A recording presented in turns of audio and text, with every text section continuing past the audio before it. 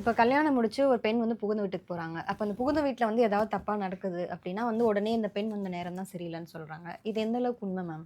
ஏன் அப்படி சொல்றாங்க அப்படின்னா, பூமி என்ன அப்படின்னு பார்த்தா பெண். எதையும் தாங்குபவர். பெண் வந்து எதையும் தாங்குவாங்க. அப்போ எதையும் தாங்குபவர்கள் வந்து ஒரு வீட்டுக்கு பெண் வந்து ஒரு திருமணமாகி போறாங்க அப்படின்னா, அவங்க வந்து அந்த வீட்ல நுழையும் போது அந்த குடும்பத்துல இருக்கிற சூழ்நிலைகளை பார்த்து அவங்க வந்து தன்னை மாற்றிக்கொண்டு அந்த வீட்ல வந்து செயல்களை செய்யணும் இல்லையா? அப்படி இல்லாம சில பெண்களுக்கு வந்து மெச்சூரிட்டி இருக்கு. சின்ன வயசுலயே கல்யாணம் முடிச்சு கொடுத்துருவாங்க.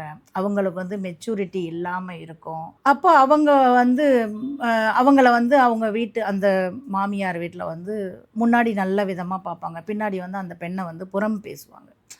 இந்த பெண்ணு செய்கிறது சரியில்லை, 12 மணி வரைக்கும் தூங்குவாங்க இந்த பிள்ளைங்க.